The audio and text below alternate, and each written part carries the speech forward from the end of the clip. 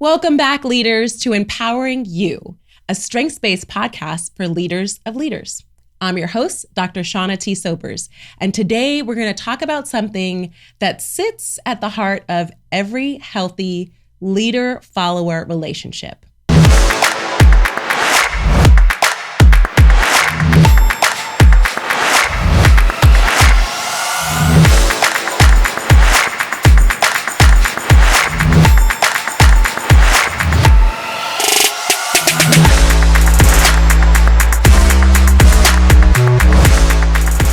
Trust. But here's the twist. Trust doesn't actually begin when the work starts. It begins much, much earlier with the invitation. I'm going to tell you a little story about my experience. When I was first, on a high stakes project, early in my career, I was on a high stakes project, and I had a leader asked me if I wanted to be a part of it. And I said yes immediately because it was someone I respected. It was a senior leader. They had a big vision. But as we got more and more into the project, something just felt off, okay? And eventually I realized that it wasn't the work itself. It was more about how I had been brought into it, how I had been invited into the experience. There wasn't really a big conversation about it, about expectations, about boundaries. No, there wasn't even a conversation about, do I have the capacity to take this on? But I just didn't feel like no was an option. So I said yes, and there we went. But because of that invitation, I never really felt safe or empowered in that relationship.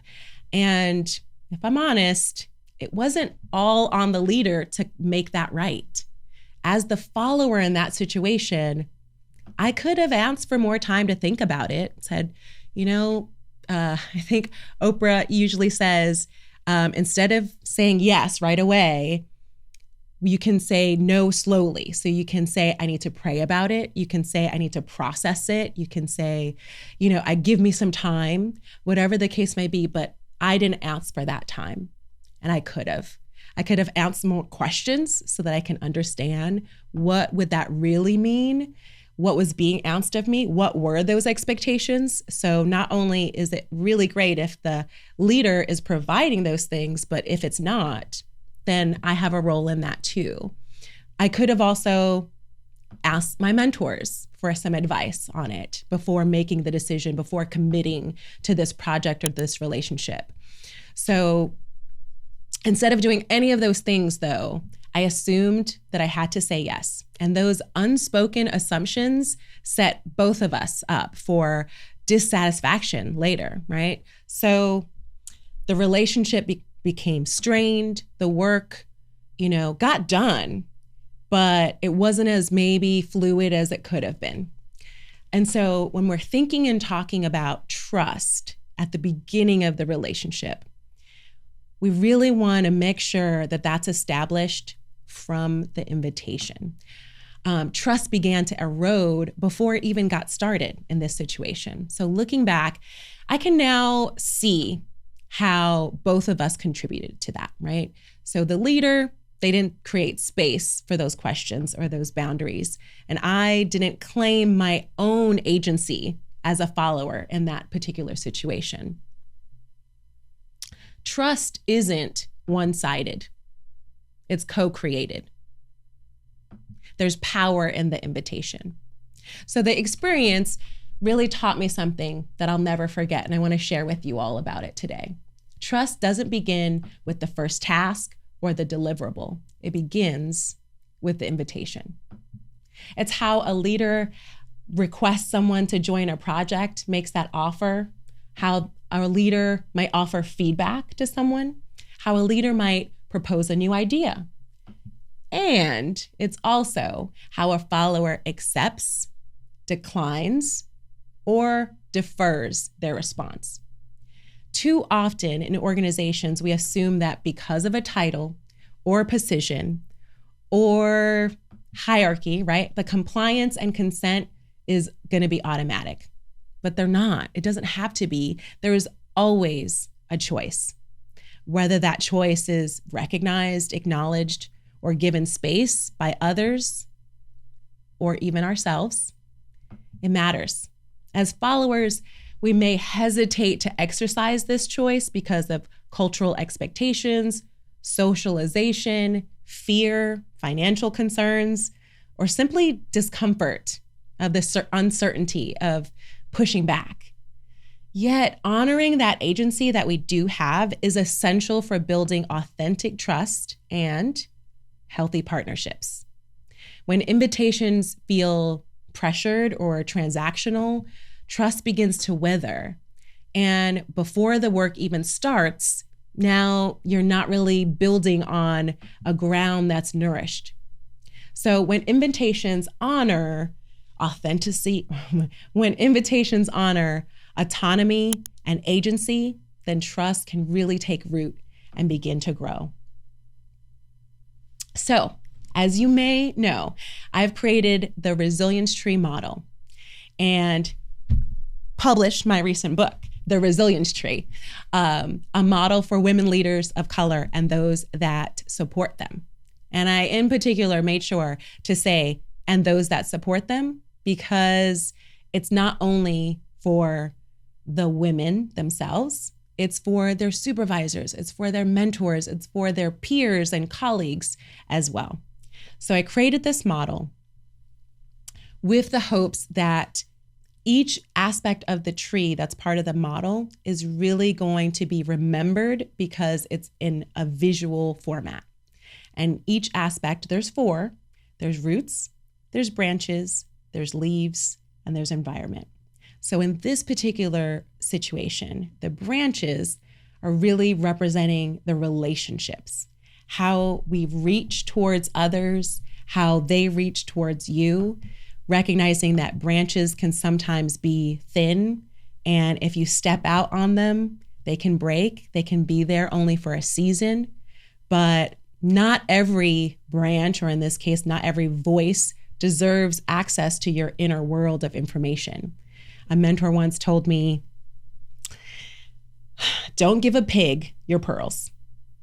Recognizing that your information, your vulnerability, what you have to say and offer, what you're struggling through, that you don't just give to anyone, and certainly not a pig who's going to drag it through the mud. So recognizing that you always have that choice. As a leader, you have a choice.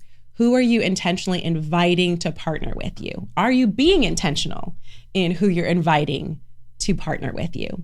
Are you creating the space for other people to choose whether or not to be part of your ecosystem? And certainly as a follower, who do you trust to offer you honest feedback? Because not everyone who provides feedback should you take that feedback from. Brené Brown often talks about people being in the arena and not taking the advice of people who are not in your particular situation or hadn't been in your shoes before. So not really letting those folks who are on the sidelines sitting in have a voice in giving you that feedback. And so you get to choose. Who do you want to offer that honest feedback, encouragement, and challenge from? Who are those branches going to be for you? And if the person who's inviting you, you don't want that, then you can say no, you can defer, you can pause. Who gets to earn the right to be a branch that you lean on? What are the parameters? So the right people, they're going to see your potential and they're going to want to help you grow. They're going to offer feedback as a gift on a silver platter, rather than a weapon that's going to be used against you at some point in time. They're going to respect your boundaries and honor your values, even if they're not getting anything from it. The wrong people are going to drain your energy. They're going to undermine your confidence. They're going to critique you without care for you and your feelings and your emotions, or maybe even not context about where this is coming from or what the point of it is. They're going to expect access to you without consent. So those are the things that you're needing to look for when you're thinking about who you're going to accept that invitation from. You get to decide who becomes a branch of your resilience tree and how you choose to respond when they do invite you. If this branch concept is resonating, it came straight from my resilience tree model, and certainly I want to invite you to go deeper in the book, Resilience Tree, a model for women leaders of color and those who support them. You can get your copy at shaunaTsobers.com/books or Amazon to explore the full model and learn how to strengthen your roots, your branches, in your leadership canopy. So I don't want to leave you without some prompts and reflection, some action steps that you can take in. So here's a couple for you to jot down, ponder about. How do you invite people into partnership? Do your invitations create space for people to say no or to ask for clarity? Are you giving them that time? Who in your life do you trust to be those branches?